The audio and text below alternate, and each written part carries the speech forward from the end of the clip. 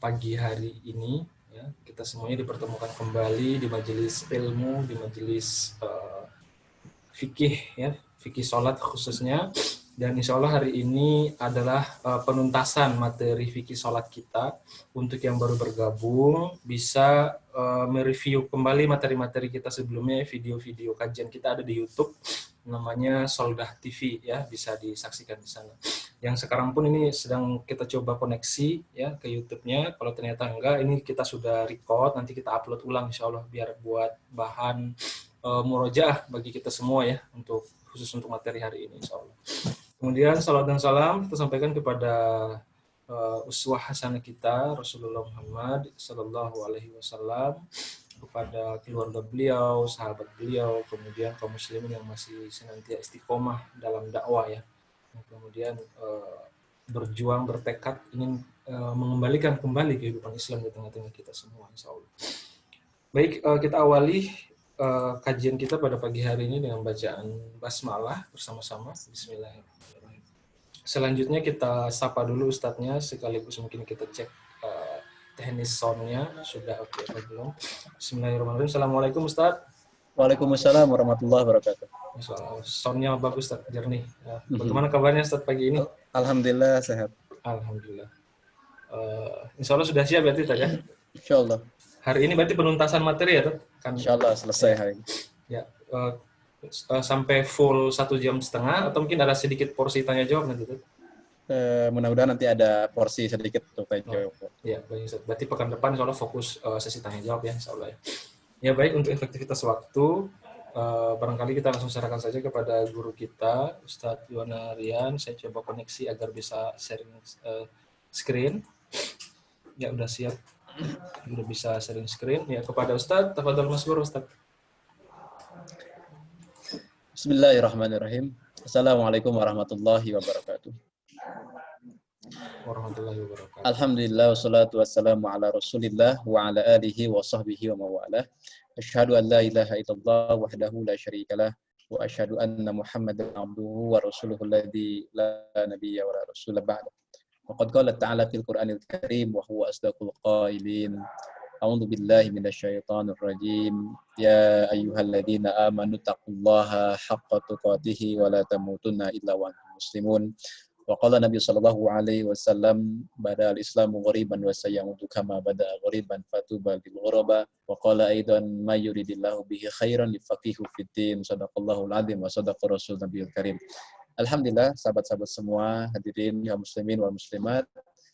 Di hari ini adalah hari terakhir kita akan mengkaji fikih terkait dengan sholat. Dan mudah-mudahan di pekan depan kita bisa fokuskan untuk tanya jawab dari persoalan-persoalan, pertanyaan-pertanyaan yang selama ini dipertanyakan, atau mungkin ada rasa kepenasaranan, atau ada yang sudah terjawab namun mungkin belum begitu jelas. Nah, insya Allah pada pertemuan yang akan datang kita akan tuntaskan, kita akan selesaikan dengan tanya jawab. Dan tentu saja setelah kita memuji syukur kepada Allah Subhanahu wa taala, memanjatkan puji dan syukur kepada Allah taala, kita sampaikan salam keselamatan kepada baginda Muhammad sallallahu alaihi wasallam, keluarga, sahabat, dan kepada seluruh umatnya hingga akhir zaman. Iwafillah yang dirahmati Allah Subhanahu wa taala, pada hari ini kita akan membahas beberapa materi akhir sebagai pelengkap dari kajian fikih salat dan juga penjelasan terkait dengan tuntunan sholat menurut riwayat hadis Nabi Muhammad SAW. Baik dari kitab Al-Yaqutun Nafis, karya dari Imam Ahmad bin Umar Asy-Syatiri, maupun dari kitab Kaifatus Sholli, atau yang dalam terjemahannya disebut dengan tuntunan sholat menurut riwayat hadis, karya dari Abuya Muhammad Ihya Ulumuddin. Insyaallah hari ini kita akan membahas beberapa topik. Di antara topik yang kita akan bahas itu, yakni yang pertama adalah tentang sujud. Ya, kemarin juga ada pertanyaan tentang sujud, ya. Kita akan coba ulas sedikit. Di sini ada dua sujud, sujud sahwi dan sujud tilawah yang kita akan bahas. Yang kedua adalah tentang sholat-sholat sunnah. Jadi apa saja sholat-sholat yang itu sunnah. Bukan tentang sunnah-sunnah sholat, karena udah, ya. Jadi sunnah-sunnah apa saja dalam sholat fardu itu udah. Tapi ini ada sholat yang hukumnya sunnah apa saja. Yang berikutnya adalah tentang sholat berjamaah. Yang keempat tentang bacaan-bacaan dalam sholat berdasarkan riwayat hadis. Karena nomor 4 ini tentu banyak. Bacaan dari mulai iftitah sampai dengan terakhir, tasyahud akhir. Maka tentu kita akan pilih sebagian-bagian saja. Dan kita akan perdalam lagi di pertemuan terakhir minggu depan, yakni dalam soal jawab. Ya, itu mudah-mudahan Allah Subhanahu wa taala senantiasa membimbing kita dan kita istiqomah di dalam belajar, karena sebagaimana yang dipesankan oleh Allah Subhanahu wa taala dalam Al-Qur'an surah Al-Asr, itu setelah Allah Subhanahu wa taala bersumpah atas nama waktu wal asri, itu sumpah Allah Subhanahu wa taala dengan asar, dengan waktu asar, dengan waktu, itu menunjukkan bahwa betapa pentingnya waktu, betapa agungnya waktu. Karena Allah Subhanahu wa taala tidak bersumpah dengan sesuatu yang sepele. Allah itu bersumpah dengan sesuatu yang besar, sesuatu yang agung, sesuatu yang sangat berharga.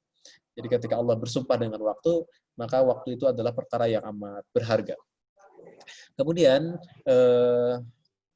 yang selanjutnya di dalam surah Al-Asr tersebut, Allah Subhanahu wa taala menyebutkan bahwa manusia itu ada dalam kerugian. Innal insana lafi khusrin. Jadi manusia itu sungguh ada dalam kerugian. Inna sesungguhnya Innal insana sungguhnya manusia lafi khusrin. Benar-benar dalam kerugian. Di sini ada 3 penekanan. Penekanan pertama adalah sumpah. Wal asr dengan wawunya wawu qasam. Itu penekanan yang pertama. Ya, adanya sumpah. Yang kedua adalah inna, ada kata inna. Inna itu taukid, ya, penegasan. Innal insana, sungguhnya manusia. Ini taukid, penegasan. La fi husrin, la-nya adalah lam taukid juga, benar-benar. Fi husr, dalam kerugian. Ternyata dikecualikan, siapa itu? Adalah orang-orang yang beriman, ya. Kemudian tentu saja adalah orang-orang yang beramal soleh. Illallazina amanu wa amilus solihati wa tawassaw bil haqqi wa tawassaw bis sabr. Nah, di sana ada 3 hal. Pertama beriman, yang kedua beramal soleh, yang ketiga adalah saling menasihati, ya, dalam kesabaran dan juga dalam kebenaran. Watawassaw bil haqqi, dalam kebenaran, watawassaw bis sabr, dan dalam kesabaran. Nah, pertanyaan berikutnya adalah bagaimana kita itu beriman dan beramal soleh. Itu pertanyaannya. Jawabannya adalah dengan belajar, ya. Ya, susah untuk beramal soleh itu. Kalau beriman itu berpikir.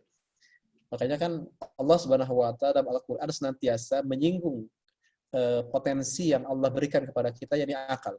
Ya, afala yaqilun, afala yatafakkarun, ya ulil albab, dan seterusnya gitu ya. Jadi Allah Subhanahu wa taala menyinggung potensi yang Allah berikan kepada kita, yakni apa? Akal. Afala yaqilun, apakah mereka tidak berakal? Afala yatafakkarun, apakah mereka tidak berpikir, dan seterusnya. Atau dengan sebutan-sebutan yang lain. Itu tentang keimanan ini fokusnya adalah terkait dengan berpikir. Sedangkan kalau beramal soleh, pertanyaan berikutnya adalah bagaimana kita beramal soleh tanpa belajar, nggak bisa. Jadi belajar dulu. Makanya Al-Quran surah Al-Asr tadi itu adalah perintah kita beramal soleh sekaligus perintah kita belajar. Jadi perintah belajar itu sudah termasuk di dalamnya. Ya emas sih Mas, Abah udah ngangkat rajek, itu lo sih ngangkat rajek. Ya, di dalam dalam ilmu usul fikih ini disebut dengan dalalatul iltizam. Ya, dalalah iltizam. yakni satu konsekuensi. Jadi ketika perintah beramal soleh, konsekuensinya pasti perintah belajar. Gitu. Bagaimana kita beramal soleh tanpa belajar? Ya, tentu tidak bisa. Ya seperti halnya misalnya seorang anak yang diminta oleh ibunya, nak tolong ambilkan kelapa di atas pohon. Perintahnya adalah perintah mengambil kelapa. Maka adalah iltizamnya itu adalah sudah otomatis perintah untuk manjat. Atau perintah untuk bawa tangga, untuk menyiapkan tangga, atau perintah untuk membawa alat ya untuk mengambil kelapa. Jadi ketika si anak itu manjat, ketika si anak itu bawa tangga dan seterusnya, maka itu sudah bagian dari dalalah iltizam, perintah untuk mengambil kelapa. Jadi jangan dikatakan, kenapa harus manjat pohon? Kenapa harus ambil tangga? gitu. Kan yang diperintahkan juga bukan nyari tangga, yang diperintahkan juga bukan manjat pohon kelapa, tapi yang diperintahkan mengambil kelapa. Ya gimana cara mengambil kelapa kalau tidak manjat begitu. Bagaimana kita akan beramal soleh kalau tanpa belajar gitu ya. Jadi belajar itu ada dalalatul iltizam, dari kewajiban untuk beramal soleh. Jadi kita ini adalah dalam rangka belajar, dan belajar kita untuk beramal soleh. Baik, tanpa berpanjang kalam, kita akan langsung tampilkan apa yang masih tersisa atau masih yang belum kita tuntaskan di pertemuan yang sebelumnya.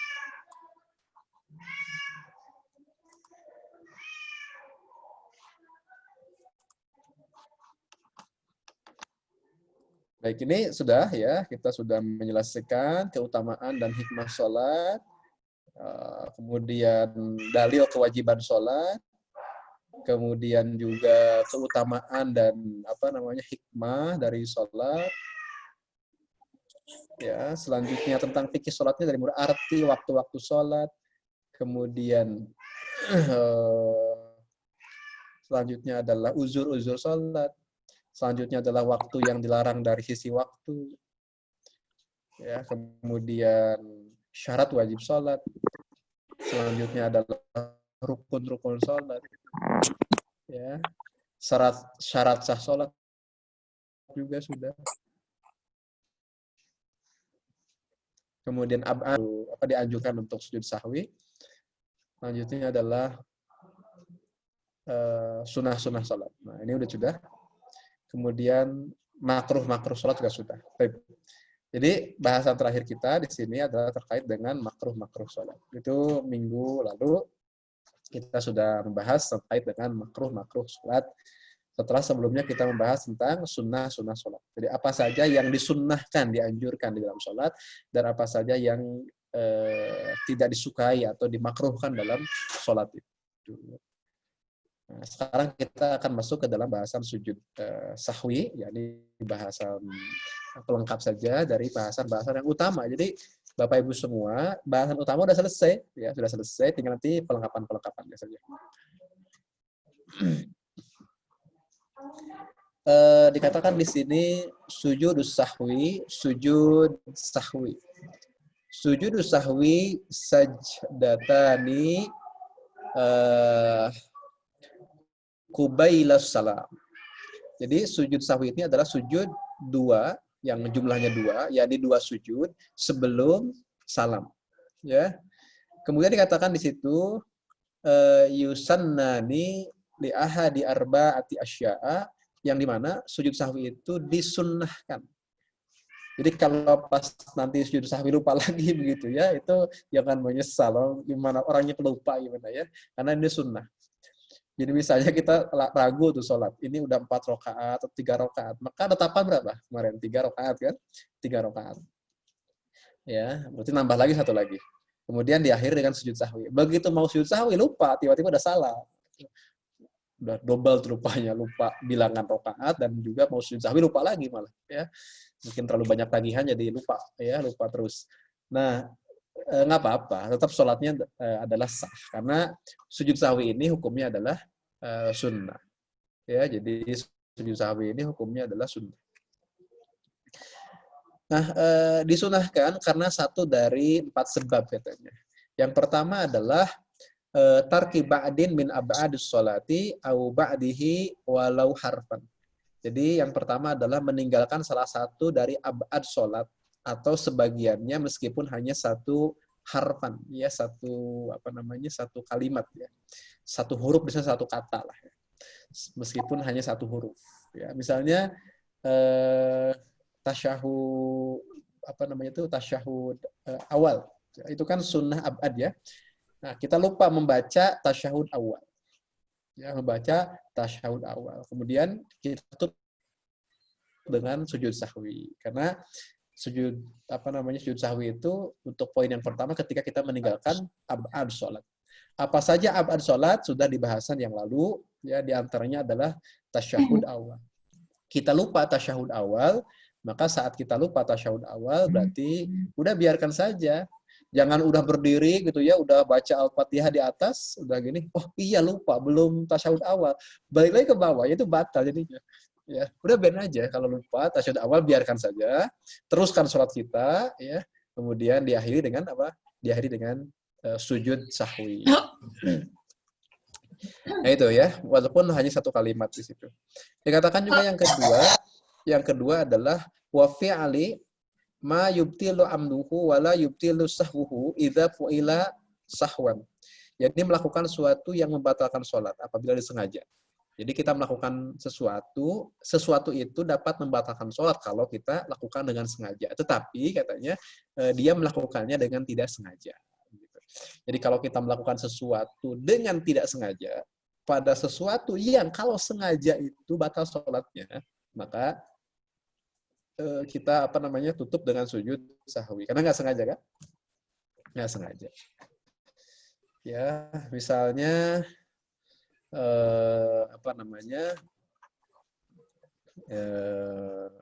ya apapun lah ya, dalam rukun banyak sekali. Ya, dalam rukun banyak sekali, misalnya lupa tidak salam gitu kan. Lupa ya. Kan tidak salam pertama kan batal sholatnya. Karena salam itu bagian dari rukun. Salam pertama terus saja. Lupa gitu. Tiba-tiba udah sholat. Ya. Oh kalau salam sih di akhir ya, nggak bisa. Kalau itu sudah tinggal taubat saja. Kalau lupa itu tinggal taubat saja. Ini kalau di tengah-tengah kan sujud sahwi ceritanya. Misalnya di yang tengah-tengah atau yang di awal, lupa aja. Begitu mau salam baru ingat begitu. Oh iya tadi tidak membaca atau tidak melakukan sesuatu yang harusnya itu dilakukan. Maka tutup dengan sujud sahwi, gitu ya. Kalau salam nggak bisa, salam kan di akhir ya. Udah selesai kalau salam. Itu rukun yang di awal, rukun yang di tengah-tengah. Begitu mau salam baru ingat begitu. Udah tasyahud akhir baru ingat. Nah, kita tutup dengan sujud sahwi sebelum salam. Berikutnya adalah nomor 3. Nomor 3 di sana dikatakan wa fi alima yubtilu amduhu wala yubtilu sahwuhu idza fu'ila syahwan. Oh, udah tadi ya? Tadi itu. Kemudian yang ketiga sekarang. Yang ketiga adalah wa naqli ruknin qauliyin ila ghairi mahallihi. Ya, jadi yang ketiga adalah memindahkan rukun qauli bukan pada tempatnya. Rukun qauli itu adalah rukun yang terkait dengan qaul, ucapan, ya, bacaan. Jadi membaca sesuatu tidak pada tempatnya gitu. Itu tutup dengan sujud sahwi. Ya, membaca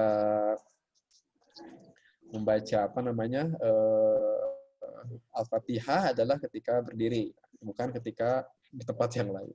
Ya, jadi memindahkan atau tadi tertukarnya atau salahnya menempatkan rukun qauli yang kita ucapkan, maka kita tutup dengan sujud sahwi. Dan yang berikutnya terakhir adalah wa iqa'i ruknin fi'liyin ma'a ihtimali ziyadah.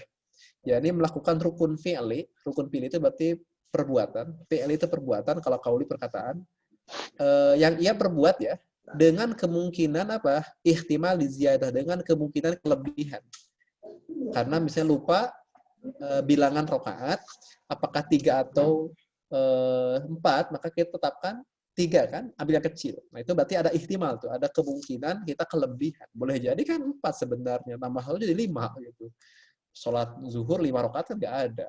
Tapi karena lupa, maka tetapkan yang kecil. Jadi jangan ke 4, tetapkannya 3, tambah 1 lagi, nggak apa-apa. Nah kelebihannya itu nggak apa-apa kalau memang benar-benar faktanya ada yang menyaksikan, oh dia kelebihan kok 5, nggak apa-apa, kan kita lupa. Ya ketika lupa itu tetapkan yang kecil. Berarti 3 ya, tambah lagi 1 lagi. Nah, tutuplah dengan sujud sahwi. Itu maksud. Nah, kemudian kemarin ada yang bertanya bagaimana bacaan sujud sahwi? Ya silakan apa saja itu, intinya bertasbih ya. Intinya sujud itu bertasbih. Dan di antara doa yang dianjurkan dalam beberapa riwayat adalah subhana ma la yanamu wa la yashu gitu ya. Subhana maha suci Allah yang apa? La yanamu, yang tidak tidur, wala yasu, dan tidak pelupa. Itu adalah doa yang dianjurkan di dalam sujud sahwi ya. Jadi itu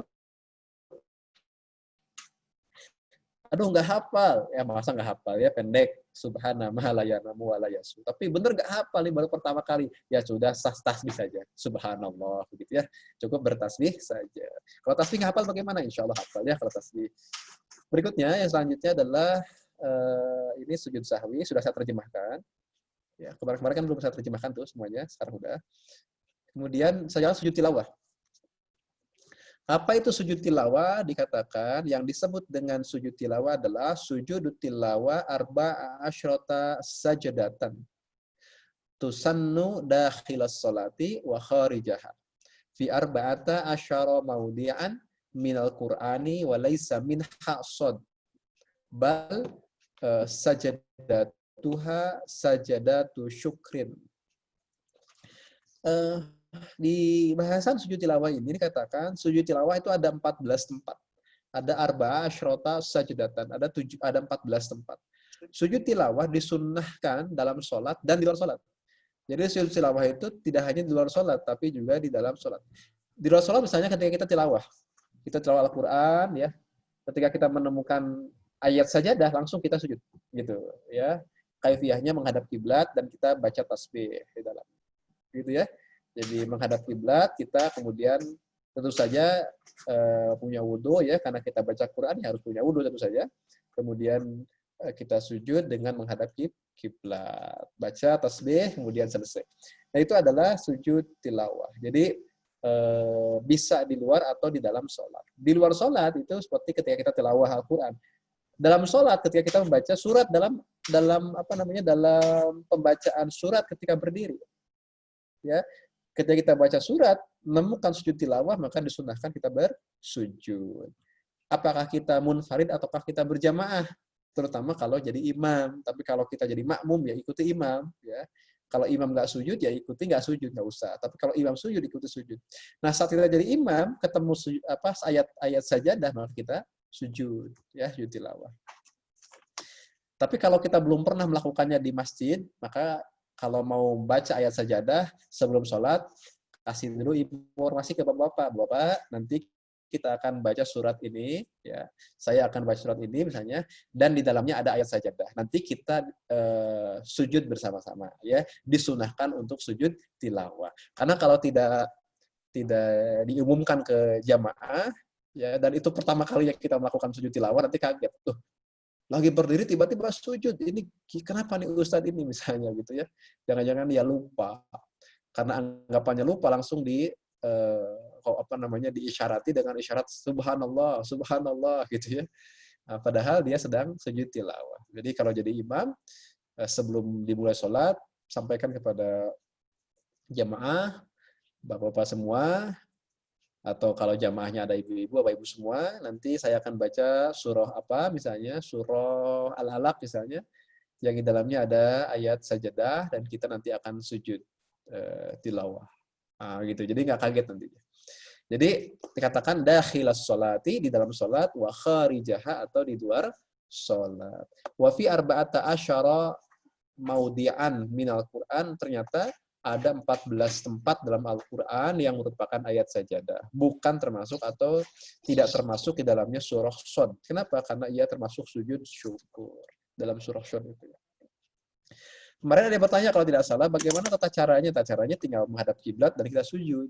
Kemudian ada yang bertanya juga, bagaimana bacaannya? Bacaannya ya tinggal tasbih saja. Ya, jadi simple sekali. Jadi kalau kita sujud tilawah tinggal tasbih saja. Loh kan ada bacaan yang panjang-panjang. Iya, ya.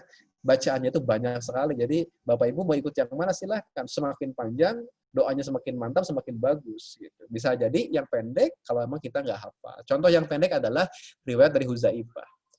yakni subhana rabbiyal a'la, cukup ya, segitu juga cukup. Subhana rabbiyal a'la sebagaimana sujud pada umumnya. Kalau kita mau ngambil riwayat dari Aisyah radhiyallahu an, kalau tadi kan riwayat dari Huzaifah itu dalam hadis riwayat Imam Muslim. Kalau kita ingin mengambil riwayat dari Aisyah radhiyallahu anha,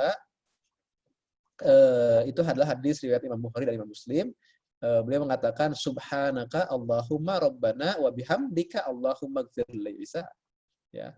Atau kita mau ngambil riwayat dari Ali bin Abi Thalib misalnya dengan mengatakan Allahumma laka sajadatu wa bika amantu wa laka aslamtu wasajada wajhi lilladzi khalaqahu wa sawwarahu wa syaqqa sam'ahu wa basarahu tabarakallahu ahsanul khaliqin. Atau yang lain silahkan, banyak sekali. Ya, yang tadi itu hadis riwayat Muslim dan masih banyak lagi contoh-contoh bacaan sujud tilawah yang lainnya. Selama ada dalilnya, selama ada hadisnya benar. Bolehkah kita ngarang sendiri? Ya, nggak usah. Kalau ngarang sendiri, ngapain ngarang sendiri? Ya. Karena ini adalah bagian dari ibadah. Sehingga harus sesuai dengan apa yang dicontohkan. Beda kalau konteksnya adalah doa selain ibadah. Misalnya doa setelah sholat, misalnya doa kita di luar dalam tata cara ibadah sholatnya. Nggak apa-apa kita doa meskipun dengan bahasa Indonesia, misalnya ya Allah limpahkan kepada kami, karena nggak hafal Arabnya kita pakai bahasa Indonesia, limpahkan kepada kami rizki yang berkah, misalnya limpahkan kepada kami rizki yang mengejar-ngejar kami. Gitu ya, tambahkan jadi bukan rizkon apa tadi, rizkon halalam thayyiban mubarakan, kan rata-rata begitu ya. Rizkon yang halal, thayyiban yang baik, mubarakan yang berkah, tapi satu lagi tambahkan wa thaliban yang mengejar-ngejar aku begitu. Nah, itu ditambahkan macam-macam silakan saja. Karena bukan bagian dari kaifiyah tata cara dalam sholat. Tapi kalau yang masih dalam sholat atau dalam sujud tilawah yang diatur tata caranya, maka ikuti saja apa yang dicontohkan oleh Nabi SAW. Dalam masalah ibadah kita harus tauqifi ya, mengikuti apa adanya. Jadi begitu. Jadi banyak sekali contoh bacaan sujud tilawah. Ya, bacaan sujud tilawah itu banyak sekali. Kemudian yang selanjutnya adalah ini bagian terakhir yang kita bahas, yakni sholat sunnah. Kemarin kita sudah bahas panjang lebar tentang sholat wajib, Bapak Ibu semua. Sekarang kita akan bicara sholat sunnah atau sholat nafilah. Ya, sholatun nafli nama lainnya.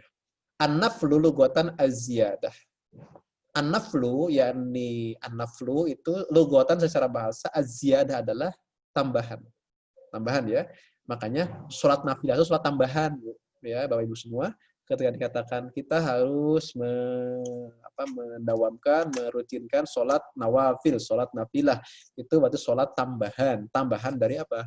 Tambahan dari yang wajib, yang fardu. Wa syar'an, dan secara syar'i yang disebut dengan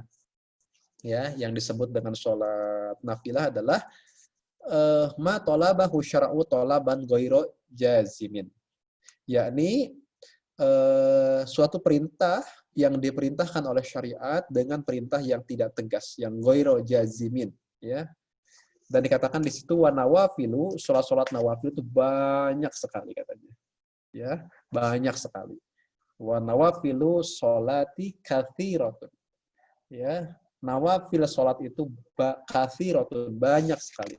Wa minha, dan di antaranya. Jadi yang disebutkan di antaranya. Pertama adalah al-idani, 2 hari raya Id. Hari raya Idul Fitri dan hari raya Idul Adha. Yang berikutnya adalah wal kusufani, 2 sholat gerhana. Baik gerhana matahari maupun gerhana bulan. Yang berikutnya adalah wal istisqa, jadi sholat istisqa. Yang berikutnya adalah wal witru, sholat witir. Yang berikutnya adalah warawatibu, sholat rawatib, jadi sholat yang mengikuti sholat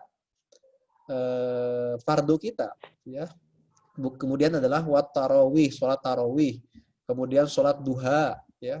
Nah, di waktu sekarang ini sholat duha. Berikutnya adalah wat tahiyatu, sholat tahiyatul masjid. Begitu masuk masjid kita sholat tahiyatul masjid untuk menghormati masjid.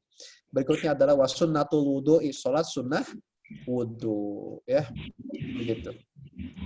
Wa tartibu hadhihi min fadli kat tartibiha fi zikri.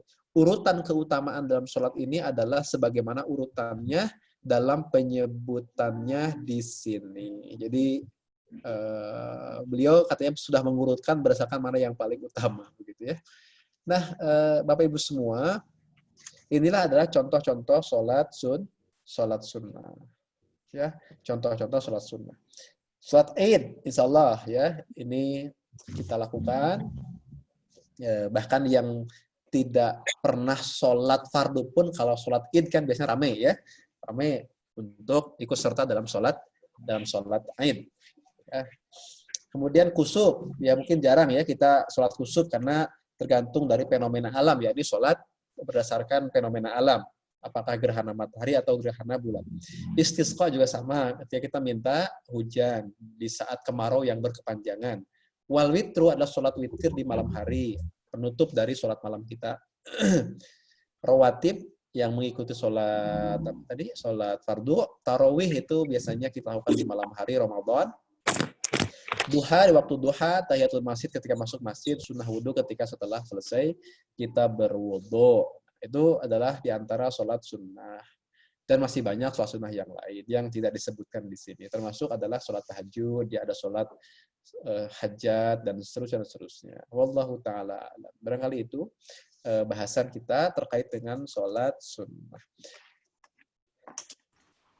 Bagaimana niat dan bacaannya? Ya gampang saja. Kalau niat kan dalam hati, tinggal niatkan ya, saya niat sholat sunnah duha. Dalam hati kita ada niat semacam itu. Atau kalau mau dilafazkan juga boleh, yaitu mustahab, disukai, dilafazkan. Misalnya usolli sunatad duha, ya, rakaat ini. Nah itu boleh saja. Bahkan dalam mazhab Syafi'i, melafazkan niat itu bagian dari sesuatu yang mustahab, yang disukai. Nah, dari Yakut Nafi sudah selesai, sampai di sini bahasannya. Kemudian saya tambahkan, seperti biasa, dari kaifatus sholli, ya, dari kaifatus sholli.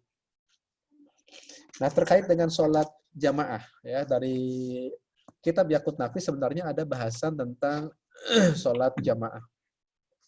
Bagaimana sholat jamaah? Ya, bagaimana sholat jamaah di dalam mazhab Syafi'i? Apakah sholat jamaah itu wajib ataukah sholat jamaah itu adalah fardu? Nah, tergantung jamaah sholat apa dulu kan. Jadi saya buka kitabnya terkait dengan sholat jamaah. Nah ini dia ya. Jadi terkait dengan sholat jamaah di sini ada bahasan, nanti saya tambahkan di PowerPoint-nya. Terkait dengan sholat jamaah dikatakan oleh kitab Yakut Nafis, al-jama'atul lughatan at-ta'ifah wa syar'an irtibatus sholatil ma'mumi bis sholatil imam. Jadi sholat jamaah itu secara bahasa adalah sholat yang berkelompok. Secara syar'i, sholat berjamaah adalah sholat yang berarti berkaitan, ya, atau keterkaitan antara sholat makmum dengan sholat imam. Nah, itu jamaah itu ya. Jadi keterkaitan antara sholatnya makmum dengan sholatnya imam. Itu jamaah. Bagaimana hukum sholat jamaah? Ya kalau dalam sholat Jumat maka wajib. Maka dikatakan fardu ainin kama fil jumu'ah. Begitu. Jadi sebagaimana dalam sholat Jumat katanya, maka tentu saja fardu ain. Karena sholat Jumatnya fardu ain. Yang kedua adalah, yang pertama tadi kan fardu ainin. Yes, fardu ain. Seperti sholat Jumat. Yang kedua adalah wa fardu kifayatin. Fardu kifayah. Kama fi adai al-maktubati alal akhrarir rijali muqimin. Fardu kifayah kata beliau seperti sholat fardu yang diwajibkan kepada laki-laki merdeka yang mukmin. Jadi sholat berjamaah untuk sholat fardu yang 5 waktu itu adalah fardu kifayah. Memang ini ada istilah. Sebagai ulama mengatakan fardu sunnah muakkadah. Ya, sunnah muakkadah. Tapi sebagian lagi mengatakan fardu alal kifayah. Dalam kitab Safina disebutkan sunnah muakkadah. Dalam beberapa kitab seperti Fathul Qarib kalau tidak salah itu juga adalah fardu kifayah. Jadi ada yang mengatakan sunnah muakkadah, ada yang mengatakan fardu kifayah untuk sholat apa? Sholat berjamaah yang 5 waktu. Dalam kitab Yakut Nafis termasuk yang berpendapat fardu kifayah. Fardu kifayah itu adalah wajib, tapi alal kifayah. Artinya gugur kewajibannya ketika ada sekelompok orang lain yang sudah melakukannya. Kemudian yang berikutnya adalah wasunnatan, jadi sunnah.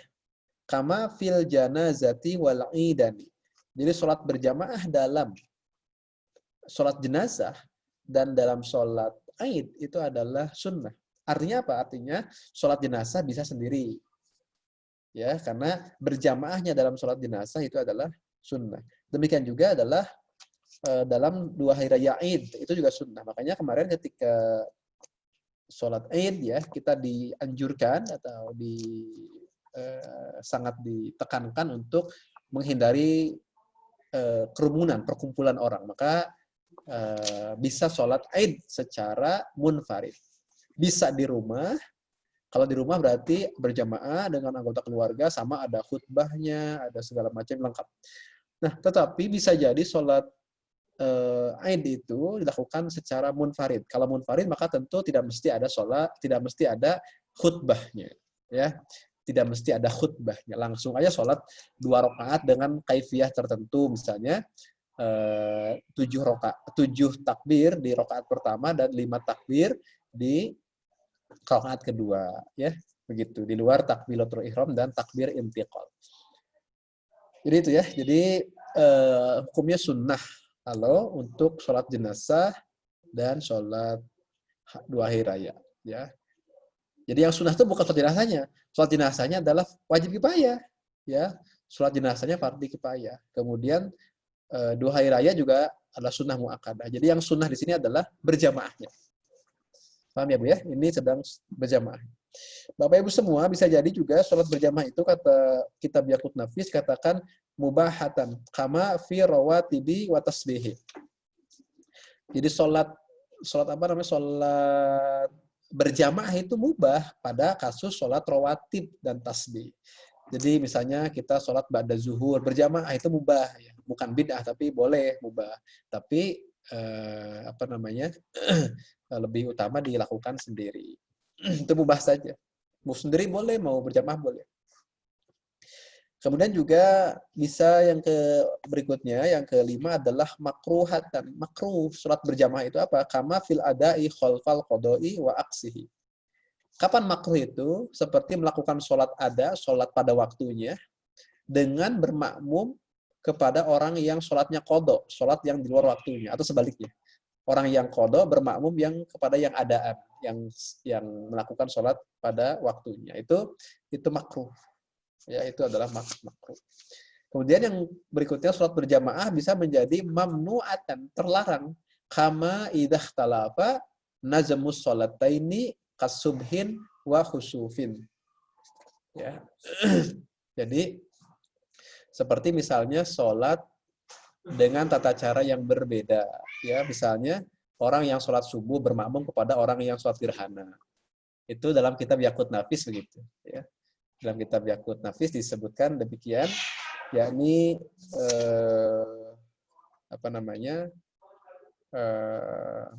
bermakmumnya orang yang sholat subuh kepada orang yang sholat gerhana. Tentu saja itu adalah mamnu, ya, karena tata caranya berbeda. Ya, tata caranya berbeda. Ya, kalau dalam sholat gerhana kan rukunya 2 kali. Dalam sholat subuh rukunya 1 kali. Ya, rukunya 1 kali. Yang sujudnya saja sama 2 kali. Pada setiap rakaat tentu saja. Nah itu terkait dengan sholat jamaah. Kemudian yang perlu saya tambahkan juga nanti akan saya cantumkan di PowerPoint. Insya Allah minggu depan kita akan sampaikan untuk dibagikan kepada seluruh hadirin. Uzur-uzur. Ini kenapa saya penting bahas, karena sekarang kan di masa pandemi ya, di masa pandemi mungkin sebagian dari kita masih khawatir dengan sholat jamaah, termasuk dalam merapatkan soft. Beliau menjelaskan, yakni terkait dengan a'zarul jumu'ati wal jamaah. Uzur sholat Jumat dan sholat jamaah. Kapan? Atau apa saja yang membuat uzur? Ya, apa saja yang membuat uzur atau punya alasan syar'i ketika kita meninggalkan sholat Jumat dan sholat jamaah. Banyak sebenarnya. Yang pertama adalah yang sebenarnya al-marad, sakit. Yang kedua adalah khawatir terhadap diri, kehormatan dan harta. Jadi ketika al-khauf alal ma'sumi khawatir ya, terhadap diri ya. Kemudian juga itu termasuk termasuk uzur ya. Maka para ulama kan menyampaikan ketika sakit ya jangan masjid dalam berjamaah. Ketika khawatir terhadap diri juga tentang kesehatan, menurut kitab Yaqut Nafis termasuk yang merupakan uzur. Berikutnya adalah wasyiddatul har, ya, yakni cuaca yang sangat terik. Nah, itu sangat terik. Kalau Indonesia masih normal lah ya, 30 berapa Indonesia? 37 masih normal. Ya. Atau berapa sih ya? Masih normal. Kalau di luar negeri mungkin di daerah Yaman kalau udah panas sekali gitu. Kemudian yang berikutnya adalah wasyiddatul bard, ya. Cuaca yang sangat dingin ya. Di bawah 0 derajat, dingin sekali gitu. Kalau di kita ya sedingin-sedinginnya kita ya subuh tadi paling berapa gitu. Enggak lah segitu. Bukan uzur kalau itu, ya itu malas namanya. Enggak sholat subuh di Indonesia malas. Tapi kalau di daerah tertentu yang di bawah 0 derajat itu dingin sekali. Nah, itu di antara uzur tidak berjamaah. Ya, berikutnya adalah menunggui orang sakit apabila tidak ada orang lain yang menjaganya juga bisa. Kemudian posisinya juga harus sebagai orang yang menenangkan si sakit, ya. Kemudian berikutnya adalah mendampingi kerabat yang mendekati ajal kematian juga termasuk, ya. Jadi dia itu menemani saudaranya, kerabatnya, ya. Wa isyraqul qaribi 'alal maut. Jadi mendampingi saudaranya yang dalam keadaan mau wafat, ya, dalam sakaratul maut. Nah, itu kita nggak ikut sholat berjamaah tadi itu, kita nungguin keluarga kita yang sedang sakaratul maut, karena itu lebih utama. Berikutnya adalah termasuk juga di sini adalah al-matar in balla sauba walam yajid kinnan. Jadi hujan yang membasahi baju dan tidak ada peneduh, ya. Jadi hujan itu termasuk uzur sholat berjamaah.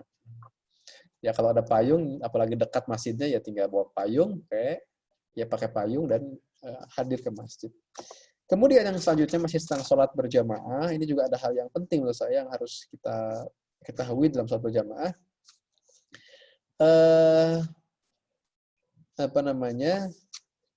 Pertama adalah terkait dengan meluruskan shaf. Ya, ini adalah sunnah ini.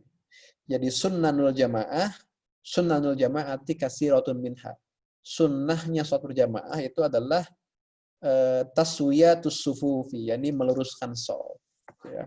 Memang ini ada pendapat dari kalangan para ulama, apakah meluruskan shaf ini adalah perkara yang mutlak, ya, yang wajib gitu, ataukah ini adalah sunnah?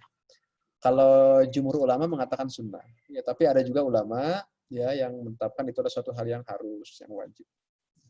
Artinya kalau sunnah kemudian ditinggalkan itu biasanya jatuhnya ke makruh. Ya. Makanya kan di sebagian ulama berpendapat merenggangkan shaf dalam sholat itu termasuk yang dibolehkan, apalagi dalam kondisi ada hajat, termasuk dalam kondisi ada wabah. Tapi juga ada yang berpendapat tetap harus, ya, diperhatikan tentang rapatnya dan lurusnya shaf. Orang yang sakit nggak usah ke masjid, yang ke masjid cukup orang sehat, dan orang sehat itu harus merapatkan shaf. Kalau shafnya renggang itu termasuk bid'ah. Nah, itu adalah ikhtilaf di kalangan para ulama, nggak apa-apa. Selama itu punya dalil, semuanya kita harus menempatkan pada posisi yang adil dan toleran, ya. Dalam perkara yang mukhtalaf fihi kita harus toleran. Harus harus membuka ruang bahwa itu adalah wilayah ikhtilaf di kalangan para ulama. Kemudian ketika ketika sholat berjamaah itu juga kita disunnahkan untuk apa? Wa wuquful ma'mumi fi shafil awal. Kita disunnahkan untuk berdiri di shaf paling depan. Jadi jangan paling belakang. Ya, sunnahnya paling depan gitu, ya. Jadi paling depan. Kemudian imam mengeraskan surat takbiratul ihram dan ucapan sami Allahu liman hamidah. Nah, itu disunnahkan begitu bagi imam, ya. Bukan ihram, takbir, ya. Semua takbir disunnahkan dikencangkan. Allahu akbar, Allahu akbar, Allahu akbar. Termasuk sami Allahu liman hamidah. Ya, jadi itu termasuk sunnah, ya. Wajahrul imami bitakbirati wa biqauli sami Allahu liman hamidah. Berikutnya adalah termasuk juga katanya wabis salami, termasuk mengeraskan salam. Jadi assalamualaikum gitu ya, itu dikeraskan supaya terdengar. Yang berikutnya adalah terakhir apa? Makmum yang masbuk ya. Wa muwafaqatul masbuki imamahu fil azkar. Makmum yang masbuk mengikuti imam dalam hal bacaan. Jadi begitu kita masbuk langsung ikuti imam ya, langsung ikuti imam. Jadi nggak usah nunggu dulu begitu makmum itu sujud, kita datang ya kita langsung ikut sujud dan baca doa sujud ya. Itu dalam sholat berjamaah. Nah, beberapa makruh dalam sholat berjamaah di antara yang disebutkan oleh kitab Yaqut Nafis, yang pertama adalah tidak meluruskan shaf, bermakmum kepada orang fasik, kemudian bermakmum kepada orang yang was-was, bermakmum kepada orang yang suka mengulang-ulang huruf, ya, bermakmum kepada orang yang tidak baik bacaannya, lahin dan tidak mengubah makna. Tapi kalau kita bermakmum kepada orang yang buruk bacaannya dan mengubah makna, ya, itu batal salatnya, terutama dalam masalah yang fardu. Contohnya apa? Yang rukun apa? Bacaan Al-Fatihah. Jadi kalau bacanya kurang bagus tapi tidak mengubah makna, itu makruh saja. Tapi kalau bacaannya buruk kemudian mengubah makna pula, maka batal salatnya. Maka di sana kita bisa mufaraqah dari jamaah, keluar dari jamaah. Ya, makanya Al-Fatihah menjadi sangat penting, ya. Harus benar tajwidnya, termasuk makharijul hurufnya. Apalagi kita jadi imam, kita harus betul-betul memperhatikan bacaan Al-Fatihah karena ada rukun. Kalau Al-Fatihahnya nggak betul, mengubah makna, maka batal salatnya. Berikutnya adalah makmum, ya, bersamaan persis dengan imam dalam hal rukun pada selain takbiratul ihram. Jadi harus mengikuti imam, ya, pada hal rukun itu.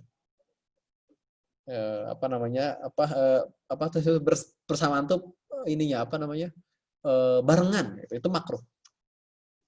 Jadi si makmum tadi bersamaan atau barengan persis banget dengan imam dalam hal rukun. Nah, itu makruh, ya. Harusnya apa? Imam dulu, baru setelah imam baru makmum. Itu yang harusnya. Kemudian termasuk juga ketika menyendiri dalam shaf. Misalnya shafnya tiba-tiba belum penuh yang depan, dia udah buat shaf belakangan sendiri. Atau sebaliknya di depan itu adalah sudah penuh, tapi dia menyendiri di belakang, juga termasuk yang makruh. Kalau bisa ditarik satu orang ke belakang untuk menemani. Nah, itu berkaitan dengan sholat berjamaah. Hal-hal yang berkaitan dengan sholat berjamaah. Selanjutnya adalah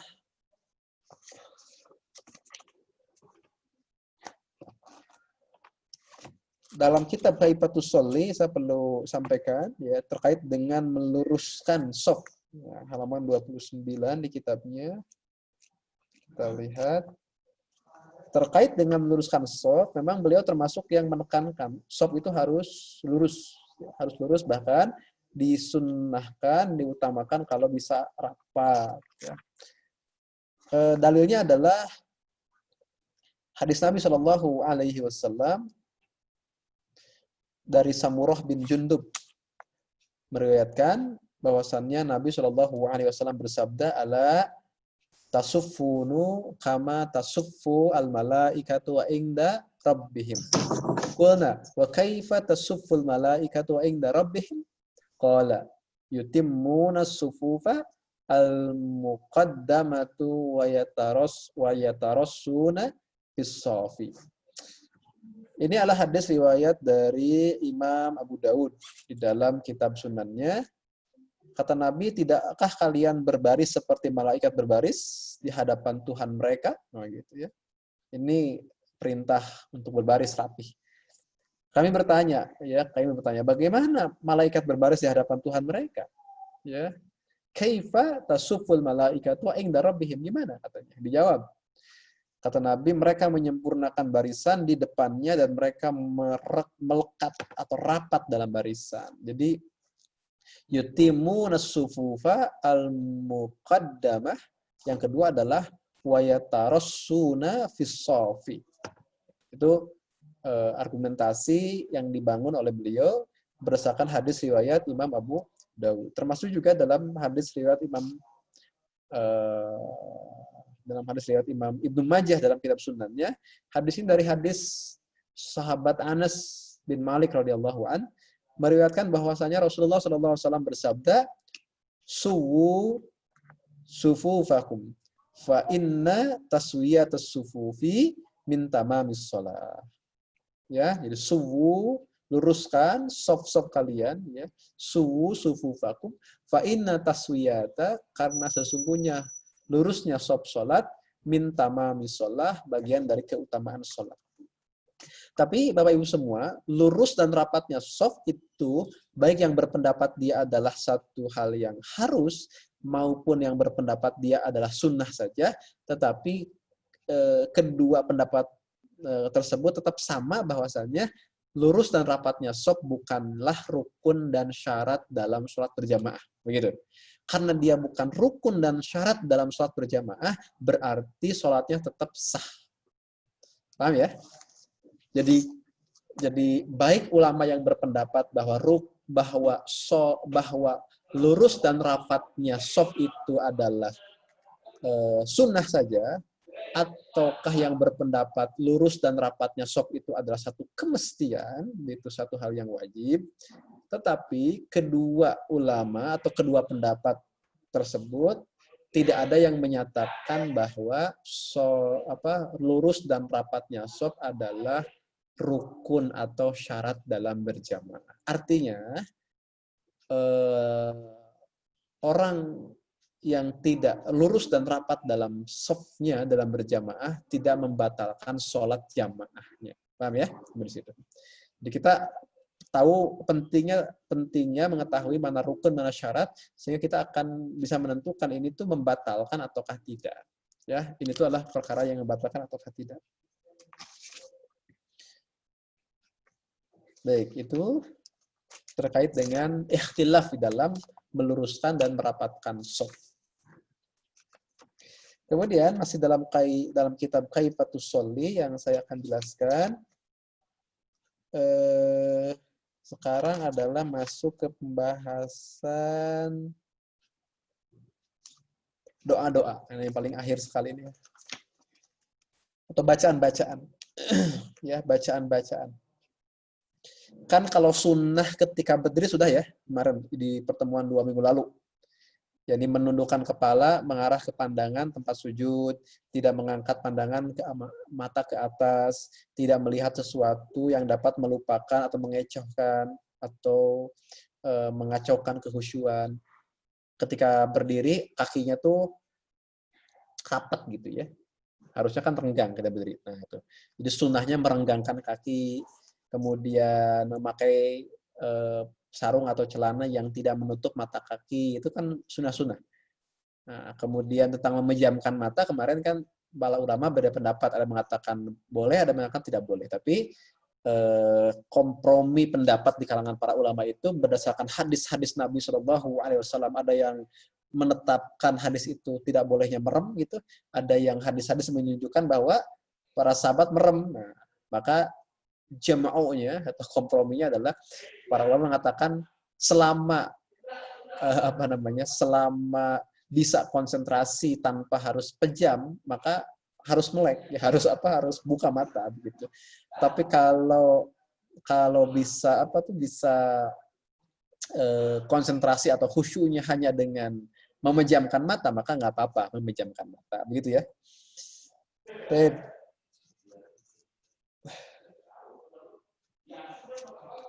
Nah, sekarang kita akan masuk ke doa-doa, dari mulai doa iftitah ya. Di dalam kitab Kaifatus Sholli halaman 101 itu adalah pembahasan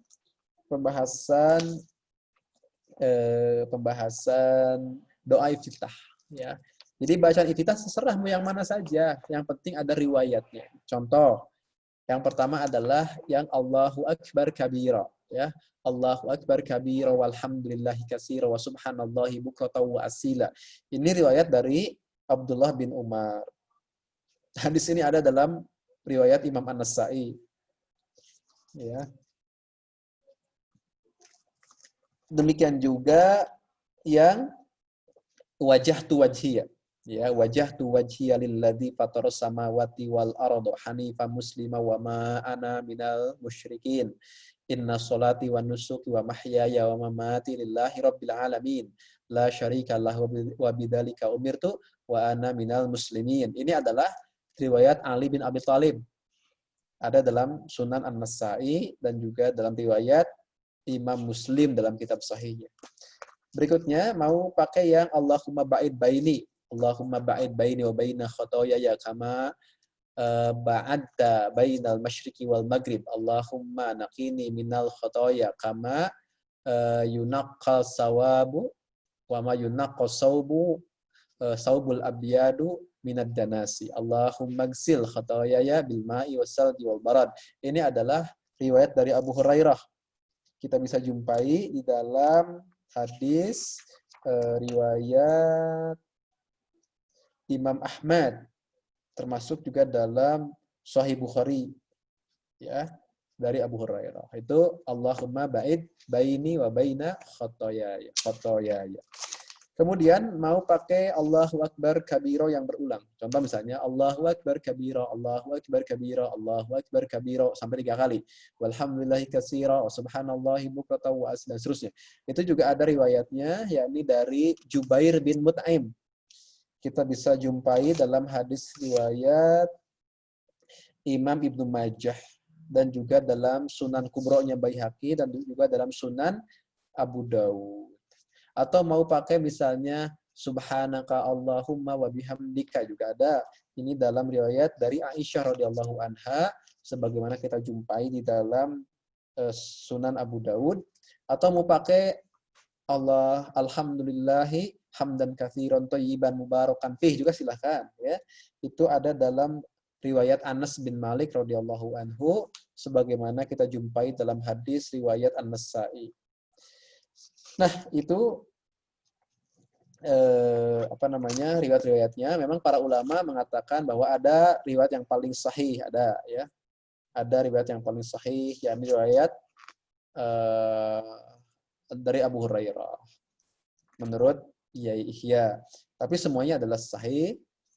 Kemudian juga Imam Nawawi mengatakan boleh mengumpulkan beberapa riwayat dalam satu bacaan. Beliau juga mengatakan begitu. Jadi setelah tadi Allahu Akbar kabira bisa disambung dengan ini wajhtu wajhiya lillati fataras samawati wal ardh. Nah, kemudian kalau Ibnu Taimiyah itu mengikuti satu riwayat, ya, pada saat yang lain mengikuti riwayat yang berbeda.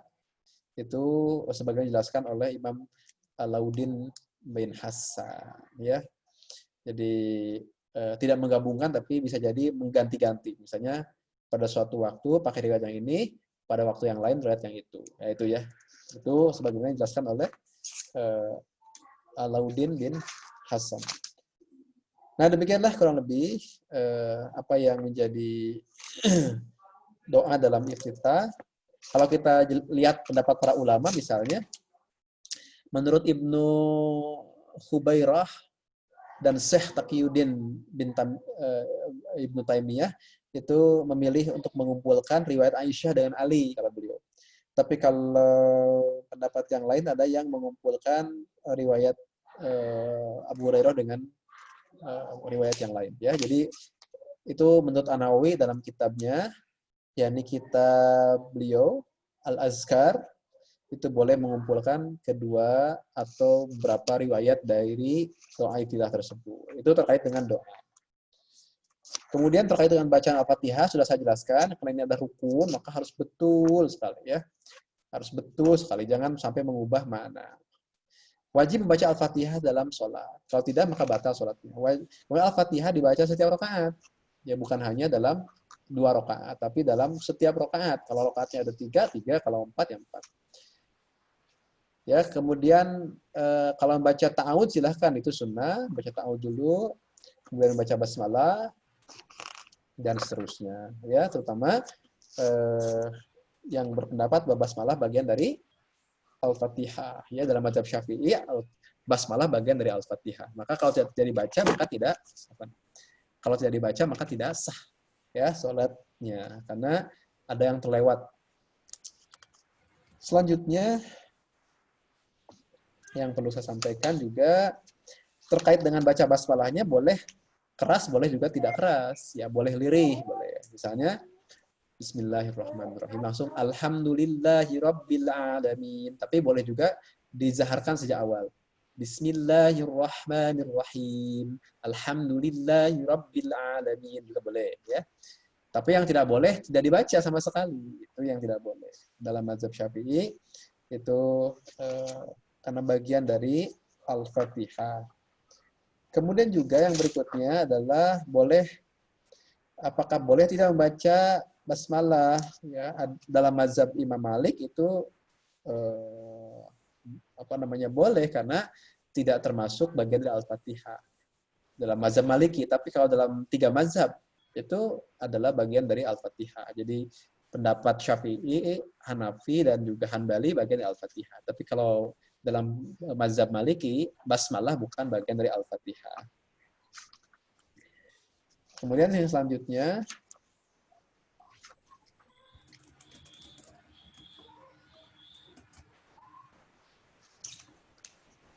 ini, jadi kata Imam Asy-Syafi'i bahwa basmalah termasuk ayat Al-Quran dan bagian dari Al-Quran. Ya. Kemudian kalau Imam Malik berpendapat bahwa basmalah tidak termasuk ayat Al-Quran. Disebutkan hanya untuk diambil barokahnya. Kata Imam Malik. Kalau Abu Hanifah berpendapat basmalah merupakan ayat yang berdiri sendiri. Tidak termasuk surat yang manapun. Ya, disebutkan untuk menghubungkan satu surat dengan surat yang lainnya. Jadi memang ada ikhtilaf di kalangan para ulama. Ya, saya termasuk yang mengambil bahwa basmalah bagian dari ayat untuk Al-Fatihah.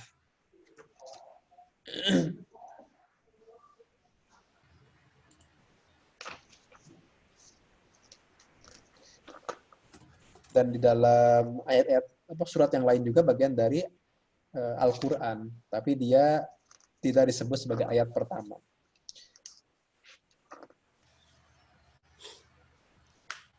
Nah, cukup dulu sebenarnya ini. Alhamdulillah tuntas lah ya, cukup tuntas.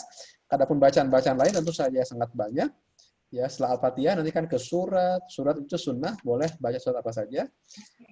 Tidak baca pun tetap sah salatnya. Begitu, dan seterusnya. Ada doa sujud, doa ruku, sampai dengan tasyahud akhir dan juga salam. Ada bacaan-bacaan yang memang dilandaskan kepada riwayat hadis Nabi Muhammad SAW.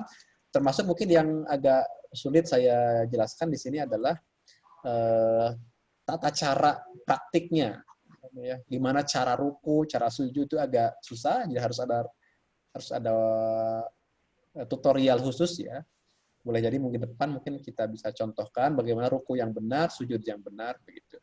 Ya, tapi secara gambaran bisa kita jelaskan ya. Misalnya kalau ruku harus lurus begitu ya.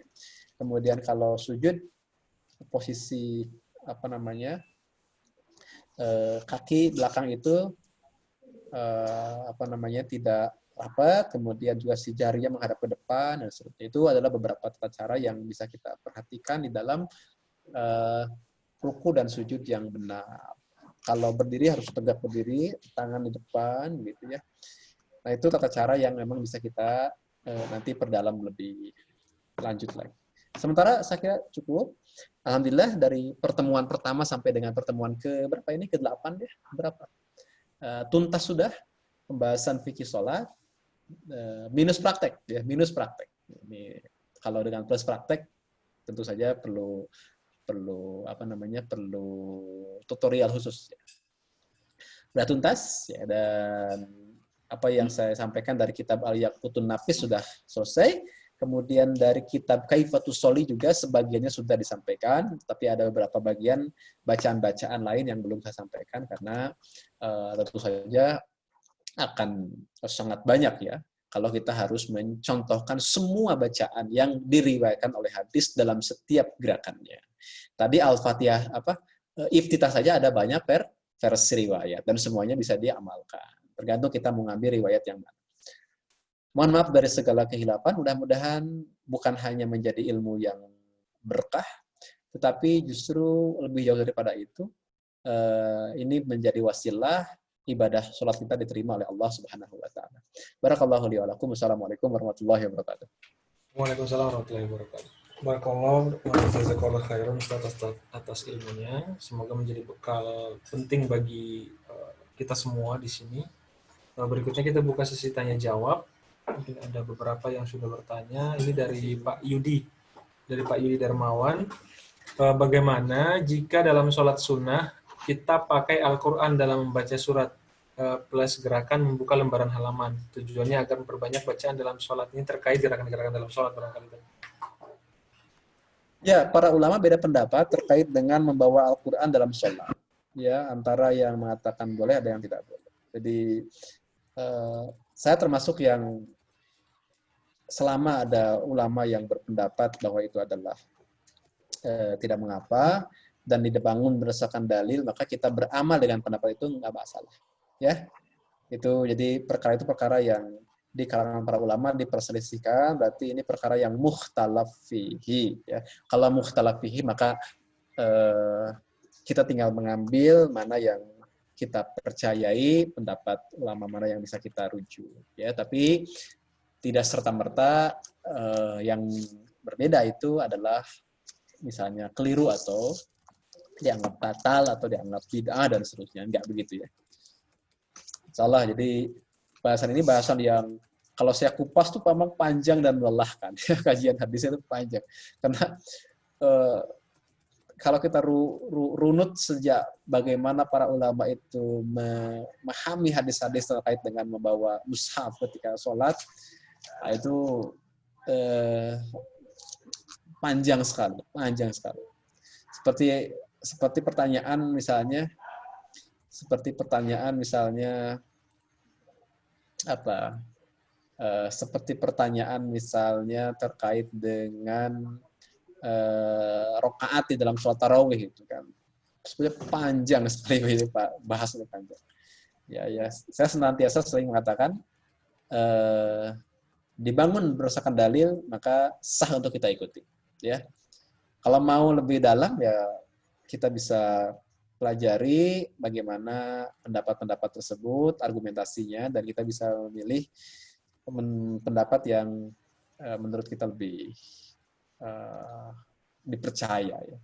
Kalau lebih kuat kita mungkin tidak pada posisi itu, karena untuk memilih ini lemah ini kuat kan butuh ilmu. Bagi awam, gimana kita tahu ini kuat ini lemah? Nah, ya, bagi awam itu adalah mana yang dipercayai gitu saja. Nah, itu udah boleh. Namanya berarti pada level muqallid ya, muqallid yang pada umumnya. Dan masyarakat kita kebanyakan kan muqallid am. Apakah salah? Enggak salah, karena setiap orang punya kemampuan yang berbeda. Hanya saja dia harus bertanggung jawab ketika mengambil satu pendapat, dia harus bertanggung jawab ya dengan pendapat tersebut yang dia ambil itu. Karena apa? Dasarnya cukup karena kepercayaan kepada ulama yang dia ikuti. Nggak apa-apa. Sambil terus belajar. Baik, itu dulu. Itu yang singkat-singkat dulu ya. Saya respon yang singkat-singkatnya dulu. Nanti yang panjang-panjangnya di sisa waktu kita bisa diskusikan. Karena waktu kita sekarang 15 menit lagi, khawatir tidak menampung pertanyaan yang lain ya. Ya, Pak Ustadz, pertanyaan berikutnya dari Ibu Nurul Wahida. Jika kita terlupa atau ragu jumlah rakaat sholat, apakah dibulatkan ke yang lebih sedikit atau yang lebih banyak? Lalu sujud sahwinya 2 kali sujud atau bagaimana Ustadz? Karena pernah didapat sekali sujud. Bagaimana yang sahih Ustadz? Nah, seperti itu. Oh iya, untuk Bu Nurul tadi sudah disampaikan kan di bahasan sujud sahwi ya oleh kita, bahwa kalau kita lupa bilangan sholat 2 atau 3, maka ambil yang 2, yang kecil. Kalau kita lupa 3 atau 4, maka ambil yang 3. Jadi kita harus kembali kepada yang yakinnya itu, yang yakin. Ya, kita tidak kembali kepada yang syak. Ya, karena kaidahnya kan al-yaqinu la yuzalu bisyak. Keyakinan itu tidak dapat digugurkan dengan keraguan. Jadi kalau kita ragu 2 atau 3, sebenarnya yang yakinnya berapa? 2. Udah pasti yakin 2 kan? Yang ragunya 3. Jadi kalau kita ragu 3 atau 4. Sudah pasti yang yakin itu yang 3. Yang ragu yang 4. Sudah pasti begitu. Makanya kembali ke yang kecil. Terakhir kita tutup dengan sujud sahwi, ya, dengan sujud sahwi. Berapa kali sujud sahwinya tadi di bahasan sujud sahwi sudah kita jelaskan di dalam kitab Al-Yaqutun Nafis bahwa sujud sahwi itu kaifiahnya adalah 2 sujud ya sebelum salam. Begitu ya. 2 sujud sebelum salam. Makanya dalam kitab Al-Yaqutun Nafis kan beliau mengatakan ketika berbicara terkait dengan terkait dengan sujud ya, sujud sahwi ya. Ini adalah sujud 2 rakaat sebelum salam. Dalam matannya dikatakan begini. Ya, dalam ayat ini. Sujud sahwi sajdatani qubailas salami. Sujud sahwi itu adalah sujud 2 kali sebelum salam. Jadi setelah kita tasyahud akhir, kemudian sebelum salam kita sujud dulu 2 kali, sujud, duduk, sujud lagi, kemudian baru duduk dan salam. Gitu ya tata caranya. Bahwa ada yang berbeda, bisa berbeda. Ya, karena ini adalah wilayah mukhtalaf. Tapi dalam tata cara yang mu'tamad yang dapat dipertanggungjawabkan dan dirujukan dalam mazhab Syafi'i adalah 2 kali sujud sebelum salam. Bagaimana bacaannya? Bacanya dengan bacaan tasbih. Apapun tasbihnya, termasuk dengan subhana ma la yanamu wa la yasfu. Itu termasuk bacaan. Silakan. Ya, baik Ustaz. Berikutnya, ini respon dari pertanyaan terkait membaca mushaf tadi dalam sholat. Kalau misalnya imamnya yang membaca mushaf, sementara sebagai jamaah tidak memilih pendapat itu, apakah boleh meninggalkan jamaah itu atau bagaimana? Oh iya, ya. Jadi ini sebagian ulama berpendapat bahwa itu kan tidak bagian jadi hal yang membatalkan, kan? Ya, bukan perkara yang membatalkan. Jadi ketika memegang mushaf itu, jadi kita bertahan dengan berjamaah kepadanya itu nggak masalah. Yang tidak boleh itu adalah kita bermakmum kepada imam, di mana imam itu menyelisihi dalam perkara yang rukun dan syarat yang itu berbeda dengan kita, dengan makmumnya, itu baru yang tidak boleh. Contohnya misalnya tadi dalam bacaan Al-Fatihah, imam tidak baca bismillah, sedangkan makmum itu meyakini bahwa harus baca bismillah karena bismillah itu adalah bagian dari Al-Fatihah. Maka pada hal yang demikian itu tidak bisa seorang makmum berimam kepada yang berbeda dalam masalah rukun, ya begitu. Kalau yang tadi itu tidak termasuk dalam bahasan rukun. Silakan. Ya, baik Ustaz. Misalnya terjawab ya Bu Inge atau Pak Inge nih, namanya cukup. Baik, yang ingin bertanya secara langsung kami persilakan ya, bisa raise hand, nanti kita buka mute-nya. Atau via chat juga masih ada waktu, kita masih ada sekitar kurang lebih 10 menit ya, 10 menit ke depan, insya Allah masih ada, mungkin masih bisa 2 atau 3 pertanyaan, insya Allah. Silakan kalau misalnya ada yang mau bertanya lagi. Hari ini mohon maaf tidak bisa disiarkan di YouTube, sedang ada trouble koneksi sepertinya, tapi nanti akan kita upload ya, insya Allah akan kita upload di YouTube agar nanti kita bisa saksikan kembali, kita nonton kembali videonya untuk mengingat kembali pelajaran dari Ustaz, insya Allah. Adapun terkait materinya mungkin pekan depan ya Tad ya? Pekan depan, nanti disampaikan pekan depan. Ya. Kemudian pekan depan itu kita fokus di tanya jawab ya, dari awal sampai akhir. Yang kemudian baru menyaksikan hari ini atau beberapa pertemuan terakhir, yang paling awal-awalnya tentang toharo, tentang nifas, haid, khusus ibu-ibu, bapak-bapak bisa dibuka kembali videonya. Ya. Kalau misalnya kurang memahami atau butuh konfirmasi atau pertanyaan lainnya bisa nanti minggu depan, insya Allah disiapkan semua pertanyaannya minggu depan. Kalau misalnya hari ini ada yang masih bertanya, silakan ya, kita masih ada waktu, silakan 1-2 pertanyaan barangkali. Karena untuk pertanyaan yang masuk hari ini tadi sudah terjawab semua, alhamdulillah.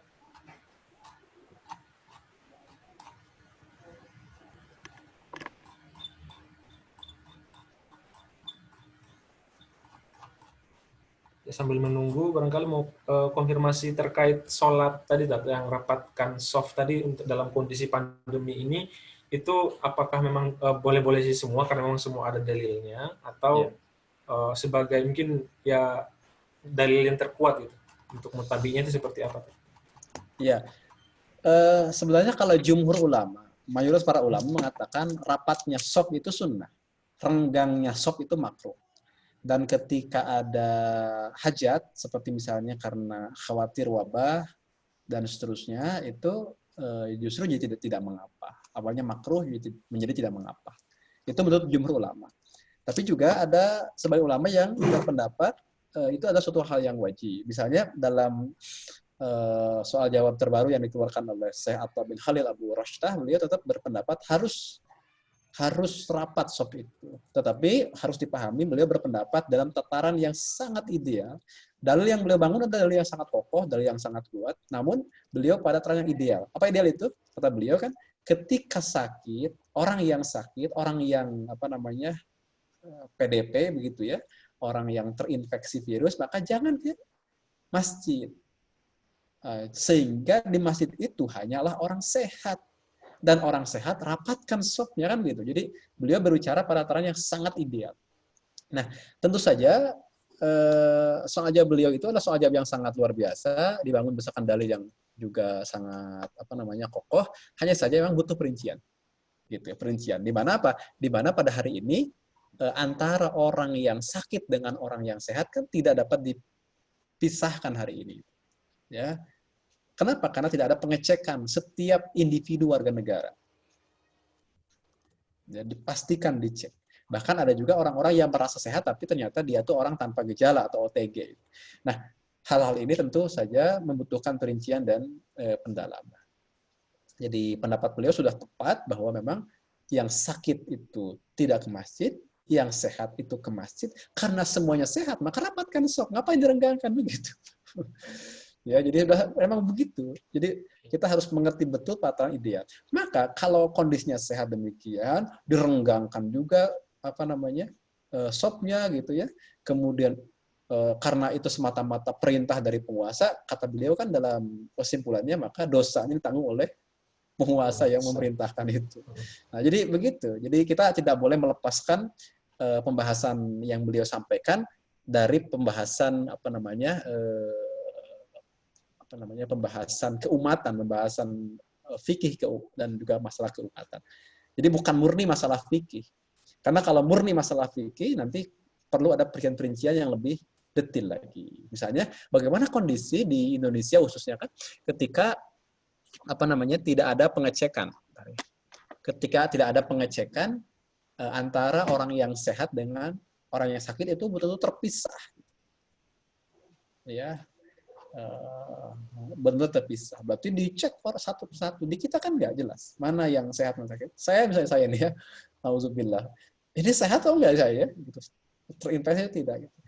Karena saya sih nggak tahu. Karena hari ini kan sehat-sehat saja. Boleh jadi Allah alam kan nggak tahu. Ya harus dicek satu-satu. Nah, ketidakdicekkan, ketidakadaan tes itulah yang membuat kita samar. Jadi kita berada di wilayah yang abu-abu sekarang itu kan, sakit atau sehat. Makanya preventifnya adalah tetap kita pakai masker, kita menghindari interaksi, berkumpul dan segala macam. Ya, karena kurvanya kan juga masih terus naik di beberapa tempat. Turun di beberapa tempat yang lain, namun ada juga naik di beberapa tempat yang lain. Itu pembahasan terkait dengan SOP ya. Mudah-mudahan bermanfaat. Ya, baik. Jazakallahu khairan, Ustaz. Ini ada yang mau bertanya secara langsung. Dari Bu Santi Mulia. Ya. Silakan Ibu. Ingin disampaikan secara langsung. Assalamualaikum warahmatullahi wabarakatuh, Tad. Waalaikumsalam warahmatullahi wabarakatuh. Tad, mengenai sujud sahwi yang tadi, ya, mau tanya, apabila imam lupa bacaan sholat atau salah tentang sholatnya, Tad, kan itu imam juga lupa untuk sujud sahwi. Apakah kita bisa melaksanakan sujud sahwi sendiri atau memang harus ngikutin imam? Kita harus menempatkan tentang syariat sujud sahwi. Sujud sahwi itu sunnah. Ya, artinya tertinggalnya sujud sahwi nggak apa-apa. Oh gitu.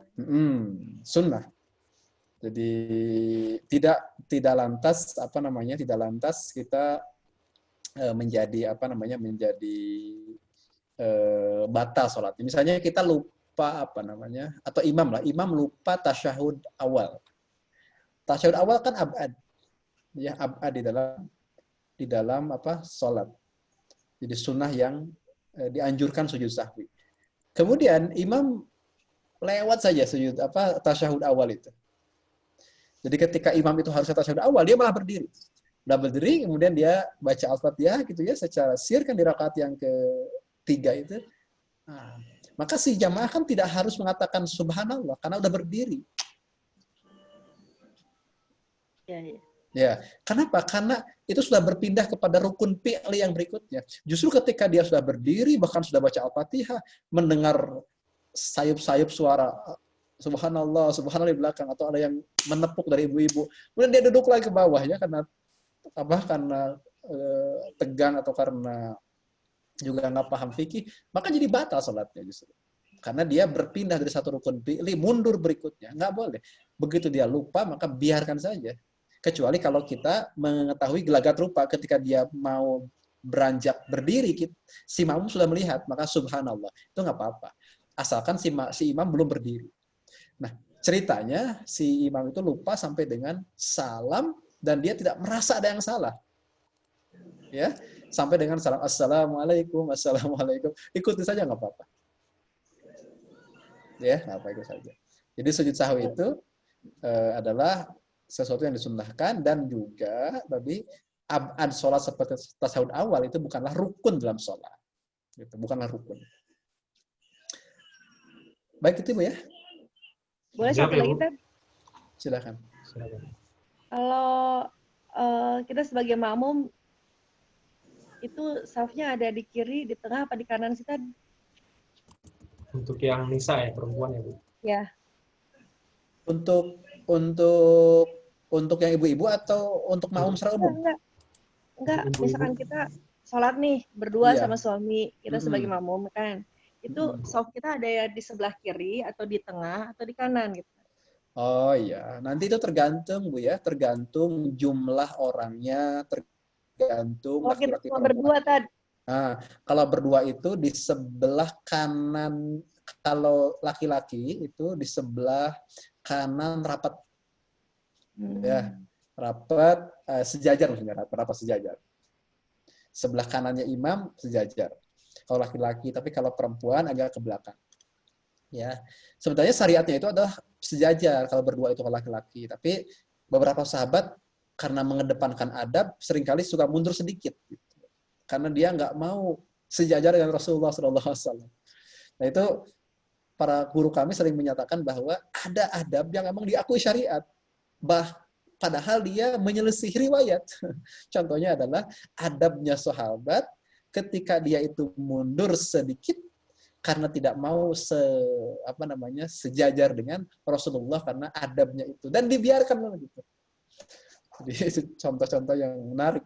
Padahal tata caranya adalah harus sejajar kalau laki-laki. Ya, kalau perempuan agak di belakang ya. Kalau jumlahnya lebih dari satu, misalnya dua dan seterusnya, maka tidak di sampingnya tapi di belakang. Di belakang secara sentral, jadi di tengah berarti. Di belakang misalnya saya imam dimakmumi oleh 3 orang atau 2 orang laki-laki, maka tepat di belakang saya. Ya, di belakang saya. Kemudian kalau ada perempuannya lagi, berarti di belakangnya soft yang laki-laki tadi. Begitu ya, di belakang soft yang laki-laki. Nanti saya coba ini kan gambarkan, mungkin di minggu depan saya coba buat dulu sedikit gambar-gambar ini ya, ilustrasi supaya nanti bisa ditampilkan di screen, coret-coretan kecil dari kertas atau dari ini. Nanti saya akan tampilkan di screen bagaimana kalau 2 orang, bagaimana kalau 3 orang, bagaimana kalau dengan laki-laki atau dengan perempuan berjamaah. Begitu. Bagaimana juga kalau imamnya perempuan, jamaahnya perempuan. Nah, itu juga nanti ada beberapa kaifiyah yang diajarkan oleh Rasulullah SAW. Ya, tapi intinya tadi merespon pertanyaan dari Ibu itu kalau perempuan kepada laki-laki itu agak mundur ke belakang. Ya. Silakan. Saya kira Jawab ya, cukup Bu? ya. Ya, makasih Tad. Ya. Baik, ini udah 9.30, Tat. Dicukupkan dulu atau bagaimana? Boleh cukup ya. Insya Allah minggu depan kita dari awal sampai akhir kita fokus semua tanya jawab. Pokoknya Bapak Ibu bertanya, Islam menjawab ya. Bukan saya ya, Islam menjawab. Atau Bapak Ibu bertanya, para ulama menjawab lah. Saya nanti bantu untuk kutipkan pendapat-pendapat para ulama ketika mengkaji terkait dengan hal ini. Kalau saya pada posisi yang perantara saja ya. Insya Allah apapun yang ditanyakan nanti kita akan coba jawab di pertemuan terakhir minggu depan. Sesinya adalah berarti apa itu namanya, open house, open sesi ya. Jadi silahkan untuk menghimpun pertanyaan terkait dengan bukan sholat aja mungkin ya, Ustaz Ali Akbar ya, tapi juga dari toharoh boleh saja, nggak apa-apa. Karena kita 2 pertemuan pertama kan toharoh, kemudian 6 pertemuan terakhir adalah sholat ya. Jadi boleh bertanya tentang masalah toharoh juga. Ya, demikian ya Bapak Ibu sekalian. Alhamdulillah untuk hari ini materinya kita sudah tuntaskan. Ini memang porsi tanya jawabnya sedikit. Insya Allah pekan depan itu khusus untuk tanya jawab. Jadi tadi sudah disampaikan Ustadz. Silakan dipersiapkan persoalan atau pertanyaan-pertanyaan yang terkait dengan fikih sholat, terkait fikih toharo, terkait untuk yang mungkin terkait nifas, haid, bagaimana kemudian mengurusi anak dan seterusnya yang masih ya mungkin pakaiannya ada kencingnya dan seterusnya gitu ya. Jadi disiapkan semua pertanyaan. Begitupun pertanyaan-pertanyaan sudah masuk, beberapa pertanyaan hari ini baru masuk dan tidak bisa dijawab. Insya Allah kami catat nanti akan kita bacakan pekan depan. Dan yang mau menyampaikan langsung ditahan dulu ya, bisa dicatat ya. Insya Allah pekan depan akan kita tampung juga, akan kita bahas juga insya Allah. Ya mungkin itu untuk hari ini ya, kita ucapkan jazakallahu khairan kepada Ustadz kita, kepada guru kita. Semoga berkah ilmunya dan amin. Semoga bisa menjadi bekal untuk kita amalkan ya Bapak Ibu sekalian, tidak hanya kemudian hanya dipelajari saja, tapi kita amalkan yang terutama, sehingga kualitas ibadah kita khususnya sholat bisa lebih baik lagi dari sebelumnya. Insyaallah amin. Kita doakan juga semoga selalu sehat Ustaz ya, semoga selalu istiqomah juga, selalu semangat dalam berdakwah, memberikan pencerahan kepada umat, dan mohon doanya juga kepada kami semua agar selalu termotivasi untuk belajar Ustaz, selalu termotivasi untuk mendalami terkait agama kita Islam yang begitu sempurna ini insyaallah. Kita akhiri ya pertemuan kita pada hari ini dengan hamdalah dan kifaatul majelis. Alhamdulillahirabbil alamin. Subhanakallahumma bihamdik asyhadu an la ilaha illa anta astaghfiruka wa atubu ilaik. Afu minkum billahi taufiq wal hidayah. Wassalamualaikum warahmatullahi wabarakatuh. Waalaikumsalam warahmatullahi wabarakatuh.